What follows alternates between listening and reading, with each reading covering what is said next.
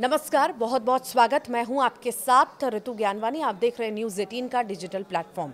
हाल ही में बिहार में हुए विधानसभा चुनाव के नतीजों में प्रचंड जीत हासिल करने के बाद प्रदेश में एक बार फिर से एनडीए की सरकार बन गई। 20 नवंबर को इस सरकार का शपथ ग्रहण समारोह भी हुआ, जिसमें सीएम नीतीश कुमार के साथ 26 मंत्रियों ने पद और गोपनीयता की शपथ ली।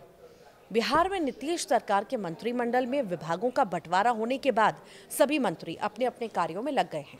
इस बीच बिहार के डिप्टी सीएम सम्राट चौधरी काफी ज्यादा चर्चा में हैं, क्योंकि उन्हें पहली बार ये गृह विभाग की जिम्मेदारी दी गई है।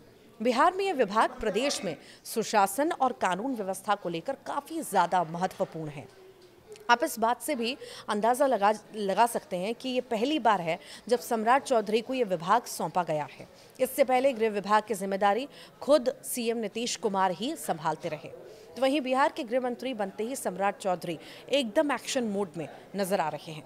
ऐसे में उनकी आवास की सुरक्षा कड़ी कर दी गई है। सुरक्षाकर्मी केवल उनको ही आवास पर जाने दे रहे हैं जिनका आने वाले लोगों की लिस्ट में पहले से नाम है। समर्थकों के साथ कंकड़बाग से मिलने आए और एक डॉक्टर का लिस्ट में नाम नहीं होने के कारण उन्हें रोक दिया गया था।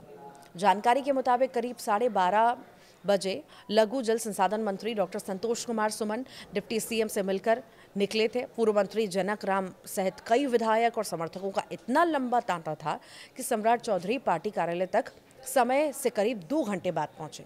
कार्यालय में उनका भव्य स्वागत भी हुआ। उप मुख्यमंत्री सम्राट चौधरी ने गृहमंत्री के रूप में शनिवार से ही काम करना शुरू कर दिया था। सरकार के आला अधिकारी उनके सरकारी आवास पर पहुंचे। सभी को बंद कमरे में टास्क दिए गए हैं और इस बीच बिहार की कानून व्यवस्था जहां से नियंत्रित होती है, उस पटेल भवन में पहली बार कोई गृह मंत्री बैठेगा। अभी तक ये विभाग मुख्यमंत्री के पास था। सम्राट चौधरी के गृह मंत्री बनने की घोषणा होते ही मंत्री रूम को सजाया संवारा जा रहा है। नेम प्लेट भी लगा दी गई है। सम्राट चौधरी ने बिहार से अपराधियों के सफाई की भी बात कही है। उन्होंने कहा था कि बिहार के सुशासन ने वहां से अराजकता को हमेशा के लिए समाप्त किया। बिहार अपराधियों के लिए नहीं है, यहां से अपराधियों को बाहर जाना ही होगा। उन्होंने ये भी कहा था कि भाजपा के नेतृत्व और नीतीश कुमार के निर्देशन में मुझे बिहार में गृह मंत्री के तौर पर काम करने का मौका दिया गया। सम्राट चौधरी ने इस दौरान 7 दिन में कानून व्यवस्था और पब्लिक फ्रेंडली पुलिसिंग के मॉडल पर काम शुरू करने की बात भी कही। गृहमंत्री ने कहा है कि 5 से 7 दिन रुकिए, यहाँ एक भी अपराधी को नहीं रहने दिया जाएगा। अराजकता, जंगल राज समाप्त हो गया है। सुशासन लगातार स्थापित रहेगा। अपराधियों की अब यहाँ पर खैर नहीं है। तो गृह मंत्रालय संभालने के बाद अब सुरक्षा व्यवस्था की बात कर रहे हैं।